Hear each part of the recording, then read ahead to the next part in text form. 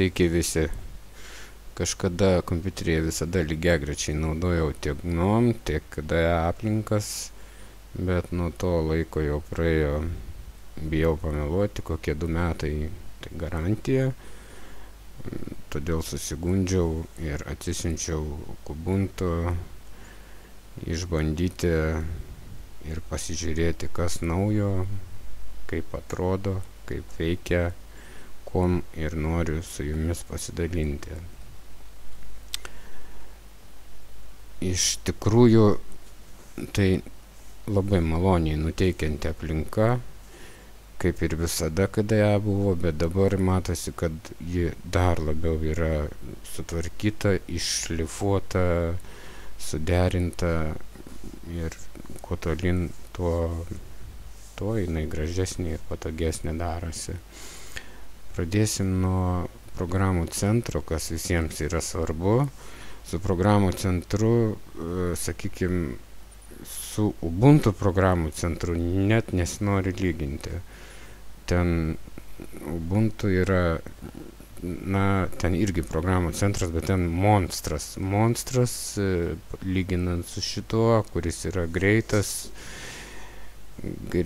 patogus, paprastas, suprantamas ir labai malonu juo naudotis. Tas pats liečia ir paketų menedžerį. Man irgi viskas labai paprasta, suprantama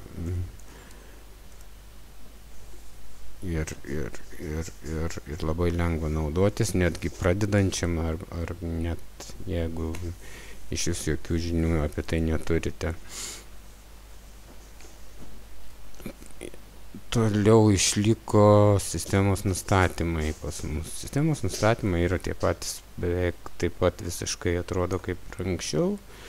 Nelabai nieko pasikeitė, standartas, kas nesinaudoja niekada, tai iš tikrųjų yra labai lengva naudotis, daug lengviau, sakyčiau, bent jau pradedantiesiems, tai tikrai turėtų būti daug lengviau negu GNOME aplinkoje. Vat, sakykime, jeigu gauti naujų temų kažkokių reikia, tiesiog paspaudžiate gauti naujų temų, susirandate tą, kuri jums patinka, čia šiuo atveju ikonų temos, spaudžiate dėkti, įsidėgėte, aš dabar šito nedarysiu. Visi kiti nustatymai irgi čia viskas yra, ir langų elgsena, darbo erdvės išvaizda, lokalė, įrenginių veiksmai, žodžiu, čia viską, ką jums reikia, jūs čia galite susirasti. Dar vienas pliusas yra nepaprastai greitai diegiasi paketai. Čia tie, kurie aš repozitorijuose neradau, sakykime, Picasso, dar kažką tenai siunčiausi iš interneto, įsidegė. Su GNOME aplinka tai net nepalyginsi, kaip Ubuntu arba Mėtos aš naudoju, pas mane Mėta. Tiesiog labai greitai įsidegė paketai be jokių problemų, akimirksniu praktiškai. Tai yra čia toks pliusas. Naujovė, tokia, kuri tikrai yra visiškai nauja, kurios aš dar nebuvau bandęs, tai yra aplinkos tos, vadinam, veiklos.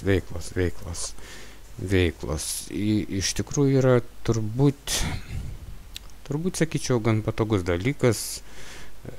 Dabar pas mus tai yra čia veikianti nauja veikla, vadinama. Ką nors, sakykime, patogumas yra tame, kad bendra visose, jeigu yra atidarytos programos, tai bendros yra tik tai naršyklė. Visa kita yra, kiekviena programa pasilieka atskirai kitoje veikloje. Tai yra patogu, aš manau. Manyčiau, kad tikrai yra patogu.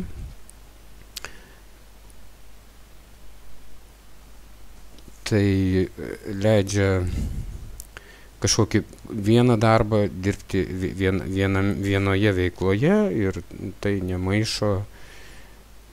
Atsidarius kitą kažką, tai tenai galima daryti kažką kitką ir nesusimaišys jums niekada. Toliau kas išliko, tai čia va tas ta naujovė, tokia nežinau kiek jį pasiteisins, kad iš esmės visi tokie dalykai, kad ne per daug apkrauna, kai per daug tai irgi jau būna, neįdomu ir negražu. Gal kažkam tai, jaunimui pasirodyti viens prieš kitą. Nesvarbu, čia ne tame esmė. Toliau, kas išliko? Išliko visi tie patys mūsų programų, kaip ten ir anksčiau buvo persijunginėti, pažiūrėti, kokie langai atidaryti. Toliau kubas irgi išliko, kaip ir buvo čia. Praktiškai nieko nepasikeitė.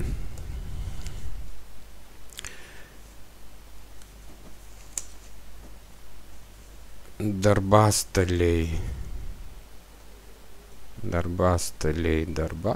irgi kubų junginės, galima sienas čia pasidaryti, čia kiekvienas pagal save pasidaryti gali.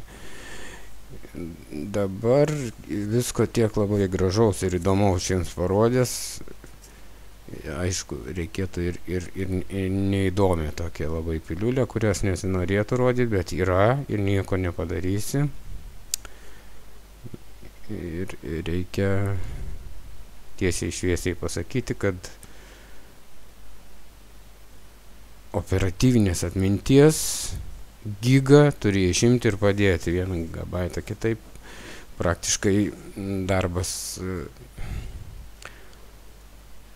O šiaip iš tikrųjų, kad komfortiškai dirbti, tai turbūt 1,5 gigabaito atminties reikia operatyvinės.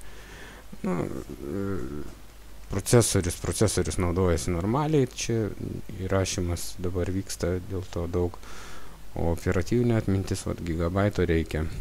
Nori, nenori, jeigu turint mažiau kaip gigabaito, neverta net pradėti kažką daryti čia.